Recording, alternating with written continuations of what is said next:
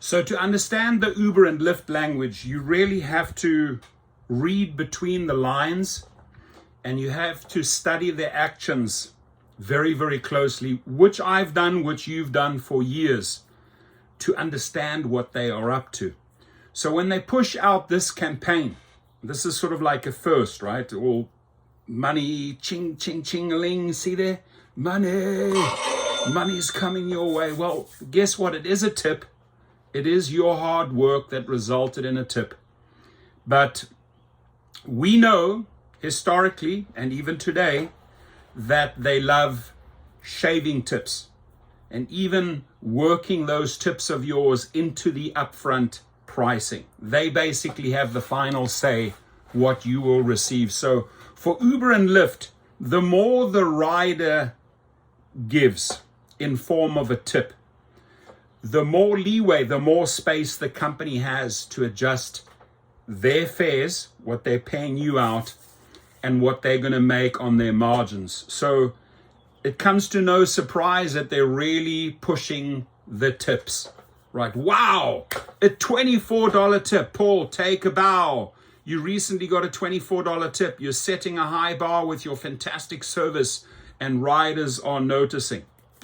Notice here, stroke the ego, right? You're fantastic, you're amazing.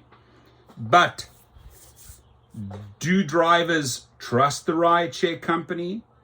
No. Do they know that it's some sort of little scheme or bait and switch going on here? Yes. Your service is always front and center. Uber makes it easy for riders to thank you for your efforts in providing an excellent service. Every time a rider opens the Uber app, they will be prompted to tip for previous tips. So what they're doing is they're pushing, hey, you know what? Have you tipped your driver on the last trip? Please do, right? Because if we can keep those drivers happy with the tips, and if we can extract more tips from the rider through our campaigns and email campaigns and prompts and text messages, the better for us, the company, right? Because, you know, if we put money into the driver's pockets via the tips, you know, we can find all the angles to shave, to reduce the fares, etc. So this campaign is targeted to the riders with the sole aim of increasing the tips and going back and say, hey, have you tipped on that one? Have you tipped on that one? Preloaded tip suggestions make it easy for riders to show their appreciation. The problem here is that with Uber and Lyft and the food delivery drivers pushing up the rates for those passengers, those riders, at an all-time high, obviously they're upset. They're paying more and more and more and more. They're gouging the rider, and tips become less and less and less. Slim pickings. In fact, I'm going to quote two percentages here. It's under 10%.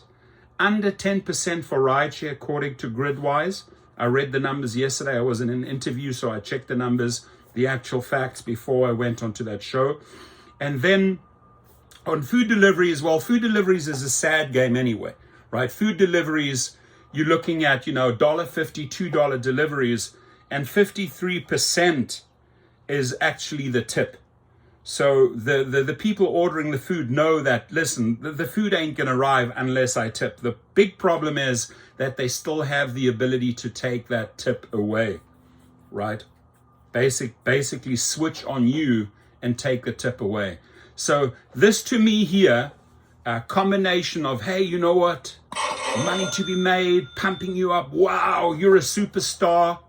It's all the bullshit, Dara Khosrowshahi, Uber psychology to get you really excited. Actually, maybe make you a little bit more money now on average tips wise, while they find the avenues to shave and steal and change those upfront pricing. That's the way I see it. If you differ with my opinion, please leave it in the comment box below. Have a great day, my friends.